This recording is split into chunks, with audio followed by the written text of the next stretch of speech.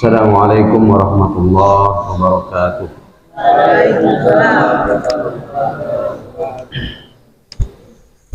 Alhamdulillah, nahmaduhu wa nasta'inuhu wa nastaghfiruh wa na'udzu billahi min shururi anfusina wa min sayyiati a'malina. Man yahdihillahu fala mudilla lahu wa may yudlil fala hadiyalah. Asyhadu an la ilaha illallah wahdahu la syarikalah wa asyhadu anna Muhammadan abduhu wa rasuluh la nabiyya wa la rasula ba'dah. Allahumma salli wa sallim wa barik ala sayyidina Muhammad sallallahu alaihi wa ala alihi wa ashabihi wa azwajihi wa auladihi wa zurriyatihi wa ali baitihi wa ansarihi wa as'arihi wa muhibbihi ila yaumil qiyamah.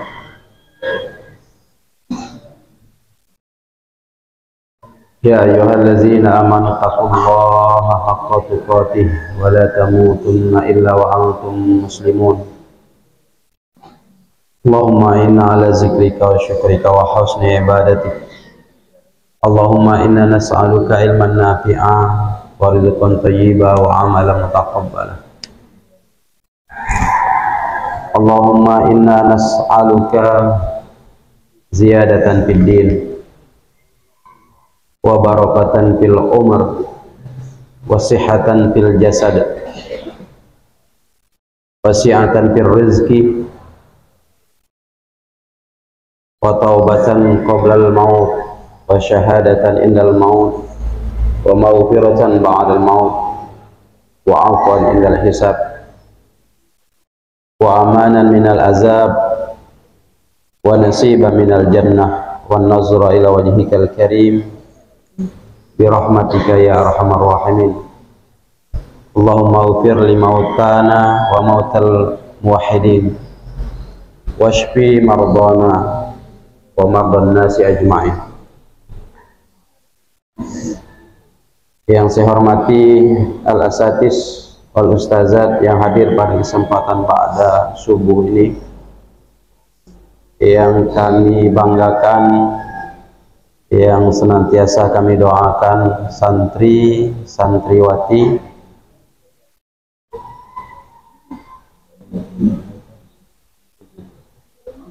yang sangat luar biasa,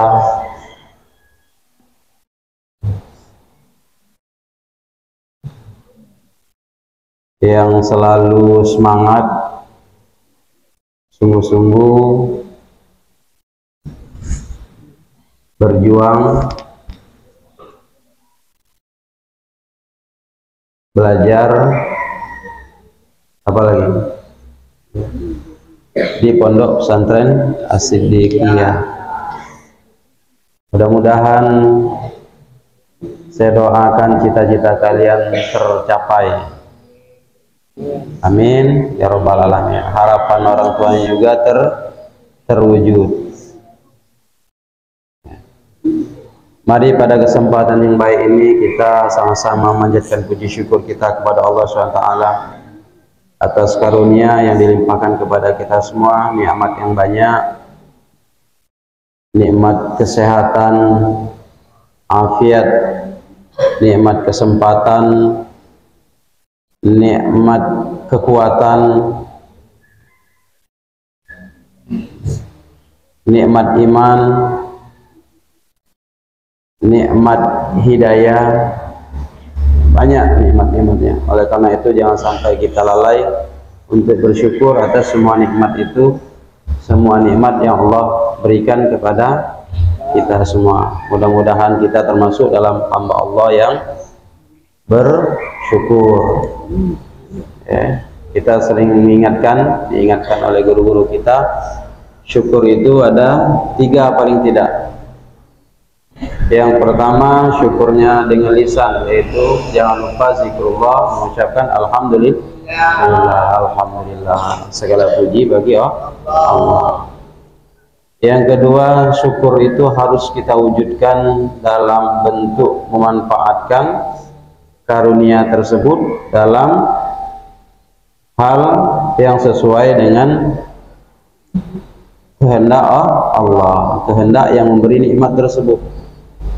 Ya, Allah berikan badan yang sehat, gunakan dalam hal yang baik sesuai dengan perintah Allah. Apa yang utama perintah Allah? Untuk ibadah. Allah berikan karunia kita hidup di tempat yang nyaman, aman, indah, sejuk di Pondok Pesantren As-Siddiqiyah ini. Kita gunakan sesuai dengan tujuan kita untuk belajar. Ya, jangan dibelokkan. Ya, jangan dibelokkan. Tujuan utamanya belajar ke pesantren, maka fokus kepada tujuan utama belajar. Jangan dibelokkan tujuannya untuk jajan. Kalau duit jajannya kurang, mulai gelisah. Tapi kalau tidak hafal pelajaran, tidak gelisah. Nah, ini sudah salah. Dia sudah membelokkan niatnya. Ya. Ada yang ke pondok ini niatnya berubah. Berubah dengan niat yang lain, gaya-gayaan namanya. Ya, ini juga harus diluruskan. Sekali lagi, mensyukuri nikmat Allah SWT itu. Yang kedua, dengan manfaatkan nikmat tersebut, karunia tersebut dalam hal yang baik, yang sesuai dengan kehendak Allah, sesuai dengan perintah agama. Yang ketiga, mensyukuri nikmat itu dengan senantiasa meningkatkan ketakwaan kita kepada Allah SWT, meningkatkan ibadah kita kepada Allah Subhanahu wa Ta'ala. Ningkat terus. Kalau ningkat berarti itu sebagai pertanda kita mensyukuri nikmat Allah. Ya. Selanjutnya mari kita berselawat kepada Nabi kita Muhammad sallallahu alaihi wasallam. Allahumma shalli wa sallim wa barik alaihi.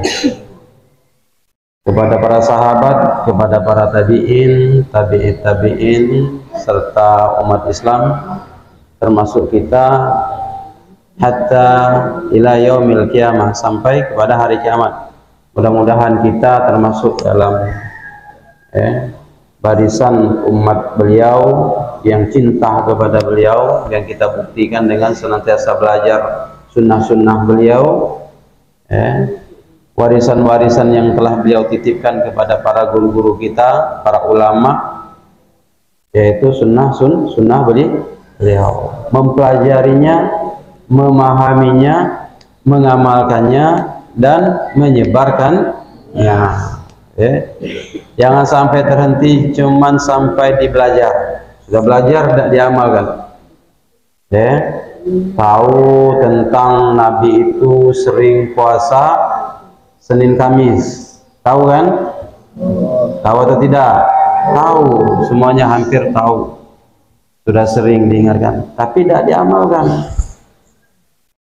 Nah, ini berarti cuman mempelajari, memahami, tapi tidak diamalkan. Tapi saya yakin kemarin hari Kamis banyak yang puasa sunat hari Kamis, menjalankan sunnah Nabi, bukti cinta kepada Nabi. Jangan selawat baik. Kami cinta dengan Nabi, rajin kami selawat. Sehari 1000, semalam 1000 selawat. Tapi amalnya tidak ada sedikit. Puasa Senin Kamis tidak. Nabi kita membiasakan dirinya sholat tahajud juga tidak, sampai kakinya bengkak oleh tahajud. Bayangkan Nabi yang sudah dijamin masuk surga, sholatnya sampai kakinya bengkak. Ini syukur. Jadi cinta kepada Nabi itu harus dibuktikan. Kalau tidak ada bukti amalnya, kurang. Tidak cukup cuman mengaku mempelajari sunnah Nabi tapi tidak mengamalkan. Ya. Baik al-asatis wal ustazat, at-tullab wa talibat yang kami banggakan, sekali lagi alhamdulillah di antara nikmat Allah pada saat ini kita baru menyelesaikan sholat subuh secara berjamaah. Pada kesempatan ini, karena ini adalah awal kita masih katakanlah di bulan awal ya. Ini baru tanggal 9, kita masuk tanggal berapa kemarin? Tanggal 11 ya. Berarti hampir sebulan yang baru. Ya, belum nyampe satu bulan. Yang baru tapi atau sudah nyampe? Yang baru tanggal berapa datang? 11 ya? Kan tanggal 7 ya? Iya, artinya sudah hampir 1 bulan, katakanlah sudah 1 bulan ya, katakanlah sudah 1 bulan.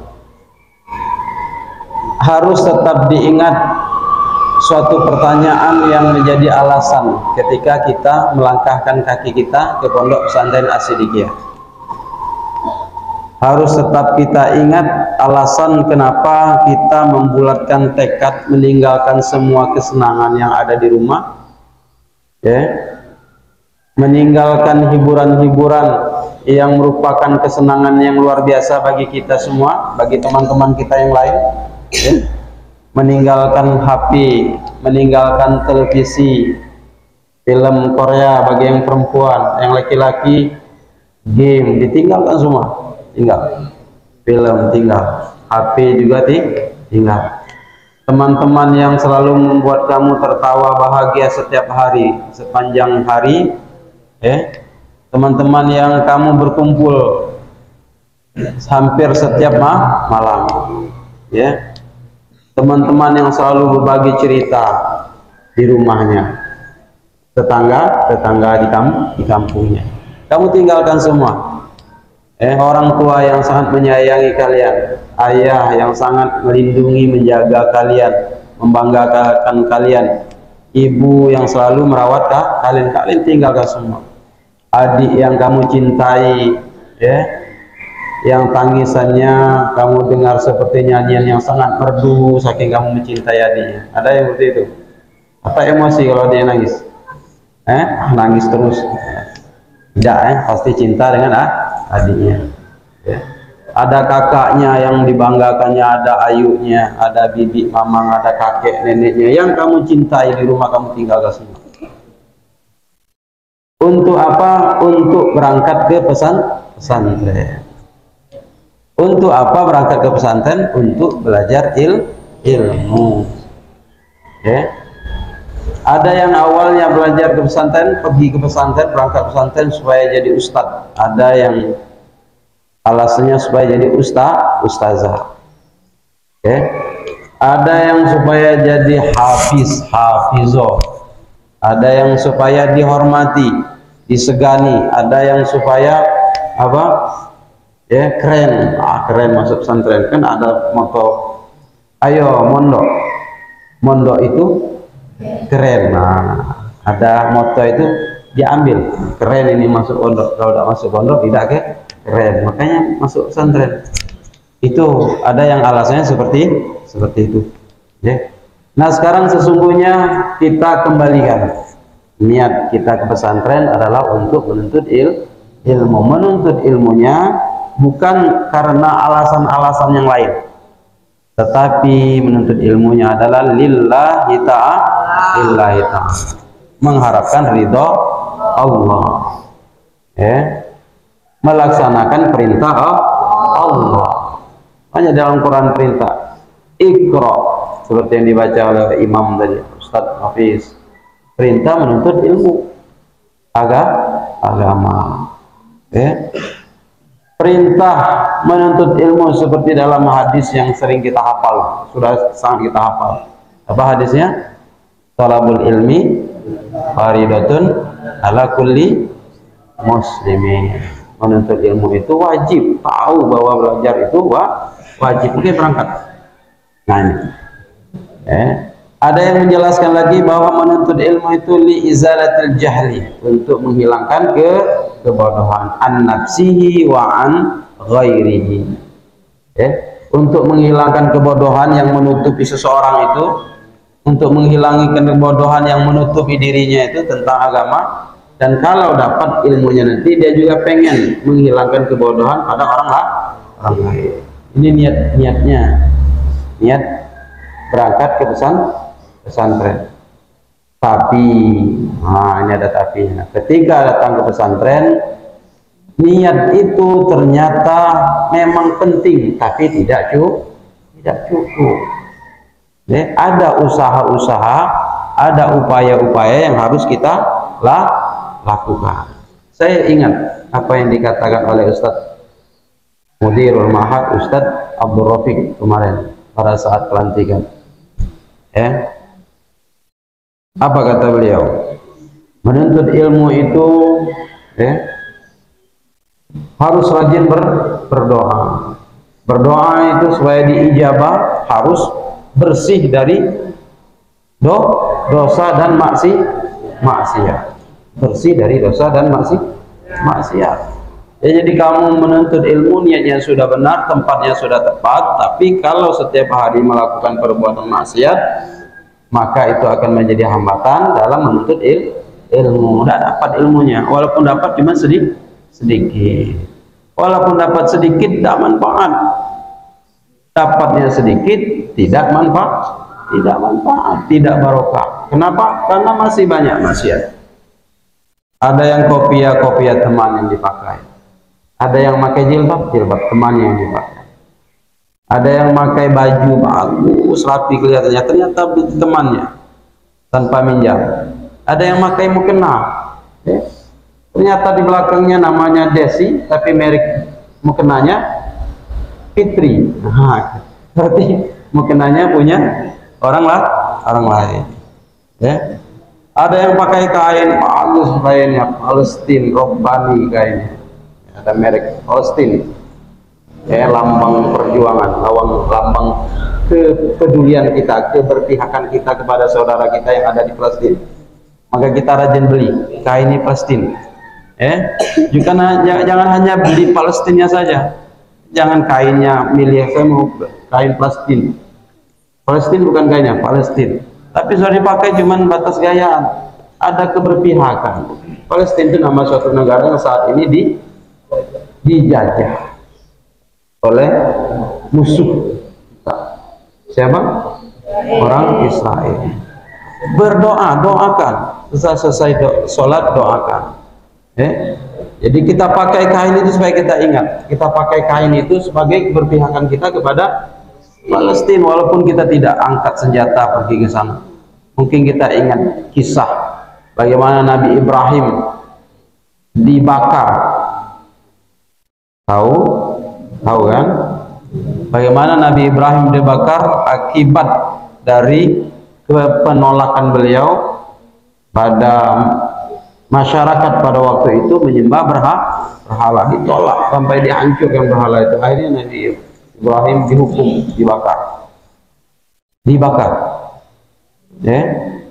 Ada satu makhluk kecil yang ingin menunjukkan keberpihakannya, membuktikan bahwa saya adalah mendukung Nabi Ibrahim. Dalam kisah itu, Allahu a'lam, apa makhluk kecil itu? Seekor burung pipit. Burung pipit kecil atau besar? Ada yang sebesar kepala ini burung pipit? Tidak ada, saking kecil. Tapi dia ingin menunjukkan keberpihakannya. Dia ambil air dengan paruhnya yang kecil. Dia ambil air dengan paruhnya yang kecil. Dia terus teteskan kepada api yang membakar Nabi Ibrahim. Ada nggak apinya? Tidak, kecil burung itu. Air yang diambil dengan apa? Paruhnya itu tidak akan banyak, tapi itu membuktikan keberpihakannya. Kita berpihak. Palestina. Ada Palestina? Nah.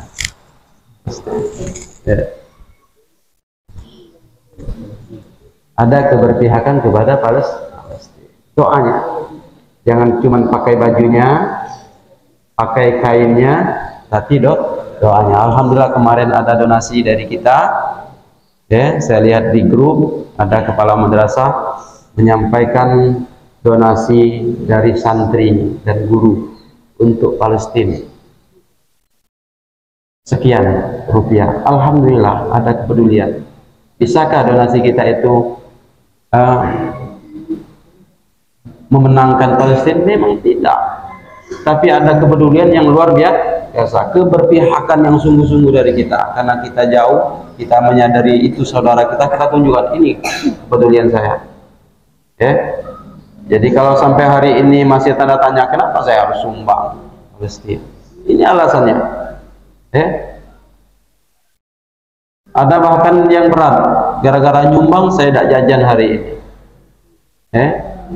Hapus, ini alasannya. Ini alasannya. Nah, baik, sampai di mana tuh? Jadi itu poin itu cukup penting untuk kita pahami. Mungkin ada beberapa guru-guru kita, ustadz-ustazah kita yang menjelaskan tentang itu. Kalaupun sedikit itu bisa ditambah pada para guru-guru kita untuk menambah menjelaskan perihal-perihal yang seperti itu. Baik, Abdullah Fathalihat yang saya banggakan dan saya cintai, ya. Apalagi yang mendukung niat kita agar sampai kepada cita-cita kita. Ya. Saya ingat sebuah nasihat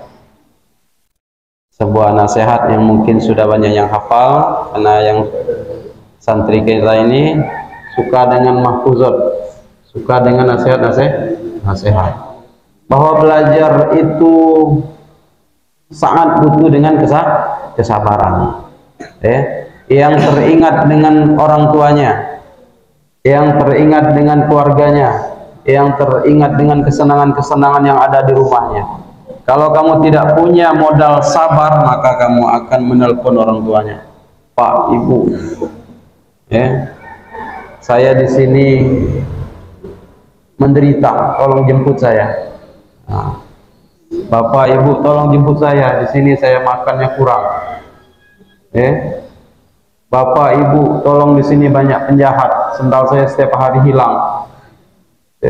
Bapak, Ibu, tolong, di sini banyak kawan-kawan yang tak kekeruan.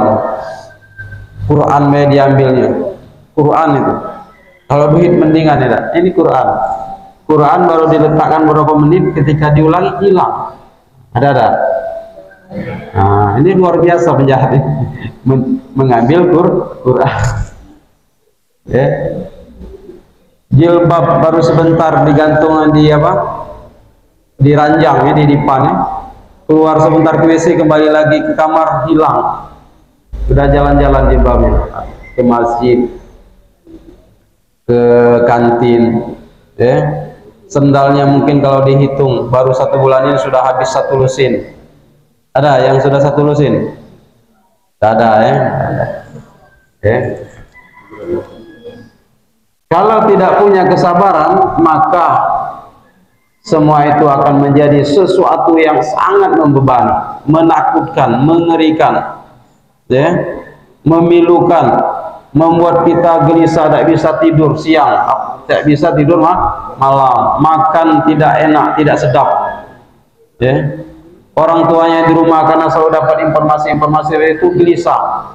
Jangan-jangan sendal anak saya hilang lagi, jangan-jangan kopi anak saya hilang lagi, jangan-jangan Qur'annya hilang lagi. Perlu kesabaran.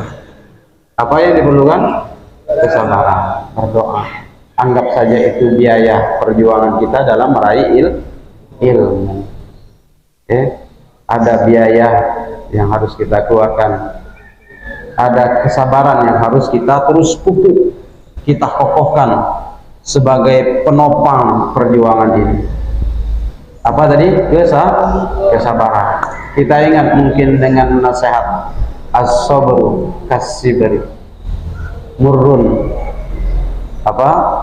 mazaqahu walakinna awaqibahu ahla minal asal. Apa itu artinya? Ada yang hafal masih? As-sabru kas-sibri. kesabaran itu seperti obat. Obat itu pahit rasanya, akan tetapi manfaatnya nanti bahkan lebih manis daripada al-asali. Apa al-asali? Madu. Memang terasa pahit kesabaran. Siapa yang rela sendalnya yang baru dibeli hilang? Tidak ada. Kesabaran itu memang pahit. Siapa yang merasa senang berpisah dengan keluarga, dengan ayah tercinta, dengan ibu tersayang, dengan adik-adik yang selalu menghiasi hari-hari kita dengan tangis dan tawanya adik-adik, ayu-ayu kita yang selalu menyayangi kita. Siapa yang tahan? Kesabaran itu pahit, akan tetapi akan seperti obat, akan menjadi sesuatu yang sangat dibutuhkan kalau kita ingin kesembuhan. Kalau orang yang sakit itu ingin sembuh, sangat butuh. Apa yang dibutuhkan oleh orang yang sakit? Obat. Apa yang paling dibutuhkan oleh orang yang sakit? Obat. Ada temannya yang sakit, demam, panas, kamu kasih nasi goreng, selera ada? Selera. Nah, ini sakit-sakitan, bukan sakit tapi sakit-sakitan. Ada yang kawannya katanya demam, menggigil, kepalanya pusing, matanya berkunang-kunang, sakit, tidur-tiduran di asramanya. Didatangi oleh Ustaz, sakit-sakit. Belikan roti di warung, diambil roti sebungkus, habis, sakit dah. Ustaznya cerita, Ustaz, alhamdulillah anak kita walaupun sakit makan seleranya bagus. Walaupun sakit selera makannya bagus. Cuman sakitnya itu yang kurang bagus, selera belajarnya kurang seleranya. Kalau waktu jam belajar sakit, kepalanya pusing, badannya meriang kalau belajar. Kalau sholat juga demikian. Ini penyakit baru, belum ada daftar nama penyakitnya. Kalau dilihat daftar penyakit yang sudah dideteksi oleh para dokter, penyakit baru. Penyakit itu cuma ada di pesantren. As-sabru, butuh kesabaran. Coba bayangkan, lagi enak-enak tidur tadi, tahu-tahu jam 4 dibangunkan. Kalau tidak sabar, marah ya. Lagi enak-enak mimpi lagi makan ayam goreng, dibangunkan. Mimpi ketemu dengan kawan kesayangan di rumahnya, dibangunkan. Marah tak kira-kira? Marah. Tapi kalau punya kesabaran, insya Allah, ini perjuangan saya di pesantren. Saya harus sabar menghadapi ini. As-sabru kasibri murrun mazaqahu. Kesabaran itu memang pahit seperti obat, tetapi nanti hasilnya akan kita nikmati, bahkan lebih manis daripada madu. Gitu. Jadi itu yang pertama. Yang kedua, apa yang harus kita lakukan setelah niat yang benar, setelah kita punya kesabaran yang luar biasa untuk mencapai cita-cita kita? Apa yang selanjutnya? Ya sudah tadi, kesabaran, niat yang benar. Yang kedua kesabaran. Yang ketiga apa? Seperti yang kita pelajari dalam kitab Ta'limul Muta'allim, harus berjalan di jalannya yang benar. Bersihkan diri kita dari maksiat. Kalau selama ini kita menganggap biasa menggosok sandal kawan, tinggalkan mulai saat ini. Bertekad, tidak lagi. Inilah yang menghalangi saya sehingga saya sulit menghafal. Sudah 3 tahun di pesantren, masih setengah juz pula hafalan saya, nama-nama. Sudah 3 tahun di pesantren, masih tidak tahu dengan fi'lul madi, tidak paham dengan tasrif istilahi. 3 tahun di pesantren, ada yang 5 tahun di pesantren, tasrif istilahi tidak hafal. Coba antar, hafalkan tasrif istilahi contohnya. Tidak paham Ustaz, lupa. Apa penyebabnya? Maksiat. Apa maksiat itu? Gosok sendal tadi, gosok kopiah, gosok jilbab, ya. Gosok kitab, kitab laju, gosok Quran juga laju, gosok maksurat, ibadah tapi hasil gosok. Baca Qur'annya ibadah tapi hasil dari menggosok Quran kawan. Saya punya tugas untuk membimbing tahsinul qiraah ba'dal maghrib di situ. Saya katakan dengan santri-santri yang menjadi kelompok saya, di kelompok kita tidak boleh Quran orang lain, Qurannya harus masing-masing. Kalau kelompok saya itu namanya Reza, maka merek Qurannya harus Reza. Tidak boleh merek Qurannya siapa? Edu mamanya, tidak boleh. Ini siapa namanya Reza? Kenapa Qurannya mereknya Edu? Tidak terima kembali kan? Ya, ibadah niatnya harus benar, caranya juga harus benar. Ya, ingat Umar Khalifah Umar bin Khattab, sahabat Nabi yang sangat luar biasa, selalu berdoa. Apa dalam doanya? Allahumma ja'al a'malana khalisah. Ya Allah, jadikanlah amal kami ini amal solihah. Amal kami ini amal yang benar yang kita pelajari, benar cara melakukan amalnya, jalan melakukan amalnya juga benar. Baca Quran benar. Tapi kalau Quran orang lain tanpa izin, itulah cara yang tidak benar. Itulah yang menjadi penghambat kita tidak sampai kepada apa yang kita cita-citakan. Jadi yang ketiga, niatnya sudah benar, modal kesabarannya sudah besar, jalan caranya juga harus benar. Ingat nasihat yang mungkin masih banyak yang hafal. Apa bunyi nasihatnya? Tarjun najata walam tasluk masalikaha fa'alam fa inna safinata la tajri alal yabisi. Ingat kan? Tarjun najata, kau sangat mengidam-idamkan kesuksesan, kau sangat mengharapkan keberhasilan, kau sangat menginginkan cita-citamu engkau raih.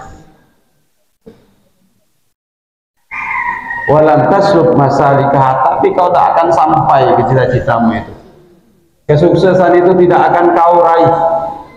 Kenapa? Lam tajri, engkau tidak melalui jalan yang seharusnya kau tempuh. Kau pengen dapat pahala yang banyak, baca Quran, menghafal Al-Quran, tapi Qurannya punya orang lain, ngambil tanpa izin. Kau setiap hari datang ke masjid, sholat 5 waktu berjamaah, tapi sendal yang kau pakai sendal orang lain. Dapat tak? Kau pengen menguasai ilmu nahu, tapi kitab yang kau pakai kitab teman, yang sampai saat ini kamu pakai 1 minggu, dia terus mencari selama 1 minggu. Mana kitab saya? Dicarinya di bawah lemari, dicari di atas lemari, dicarinya di bawah lemari, di belakang lemari, dicari di masjid. Capek dia mencarinya, ternyata kamu yang pakai. Dapat tak kira-kira? Menguasai tak ilmu nahunya? Fa'alam fa'inna safinata, ketahuilah bahwa safinah, apa safinah? Kapal. Apa safinah? Kapal. Fa'alam fa'inna safinata la tajri al yabisi, ketahuilah sesungguhnya kapal itu tidak berjalan di daratan, dia sampai ke tujuannya itu karena dia berjalan di jalannya. Mana jalan kapal itu? air, bukan daratan. Ada sebuah kapal ingin berlayar ke Malaysia dari Indonesia, tapi kapal ini berlayar di daratan, sampai atau tidak? Tidak sampai. Ada mobil ini ingin ke Lampung, tapi dia berjalan di air, sampai ya? Tidak sampai. Baru sekali nginjak gas, kalau dia di air langsung masuk air, tidak bergerak lagi, tenggelam dalam air. Fa'lam fa inna safinata la tajri alal yabisi. Jadi kalau kamu ingin sampai kepada tujuan yang kamu inginkan, ingin sampai meraih cita-cita yang kamu harapkan, yang kamu tulis di pintu kamar rumah kamu, cita-citanya yang kamu tulis di pintu lemarinya, kamu tulis indah, cita-cita saya menjadi tentara yang soleh, cita-cita saya ingin menjadi pengusaha yang dermawan lillahi ta'ala, cita-cita saya ingin jadi hafizah, pasluk masalikah, tempuh jalan yang benar. Tinggalkan maksiat-maksiat tadi, tinggalkanlah hal-hal yang bisa menghalangi kamu berupa perbuatan-perbuatan maksiat. Yang di lemarinya sudah dilipat dengan rapi, diberi pengharum, sebuah tulisan tangan dengan apa? Yang disusun dengan ungkapan perasaan, ungkapan penuh perasaan, yang dialamatkan kepada kawannya, yang di depan ini di surat. Sudah 1 minggu ngarang surat itu. Tujuannya untuk dikirim ke belakang. Hapuskanlah itu maksiat. Kalau ada. Biasanya kelas 3 sanawiyah. Kelas berapa lagi? Kelas 1 aliyah mulai, belum tadi, baru mulai. Kelas 2 aliyah sudah mulai berani. Kelas 3 aliyah sudah mulai nyimpan yang tadi, warokoh tadi. Apa warokoh tadi? Lembaran tadi. Ada itu, kalau dilacak di asrama itu pasti ketemu 1, 2 atau berapa. Yang putri juga sama. Sama. Nah itu al-maksiyah. Itulah yang menjadi penghalang kita buanglah. Pulang sini, cari, kalau ada dua-duanya lempar ke kolam di belakang, selamat tinggal. Buang. Saya punya cita-cita yang lebih mulia, saya punya harapan yang lebih tinggi daripada semua ini. Ini sudah ada bagian saya. Tidak perlu repot-repot kita bukti mencari kaya. Sekarang yang perlu saya cari adalah ilmu. Terus ada repot. Ustaz jauh merantau dari OI sampai ke sini ketemu dapat.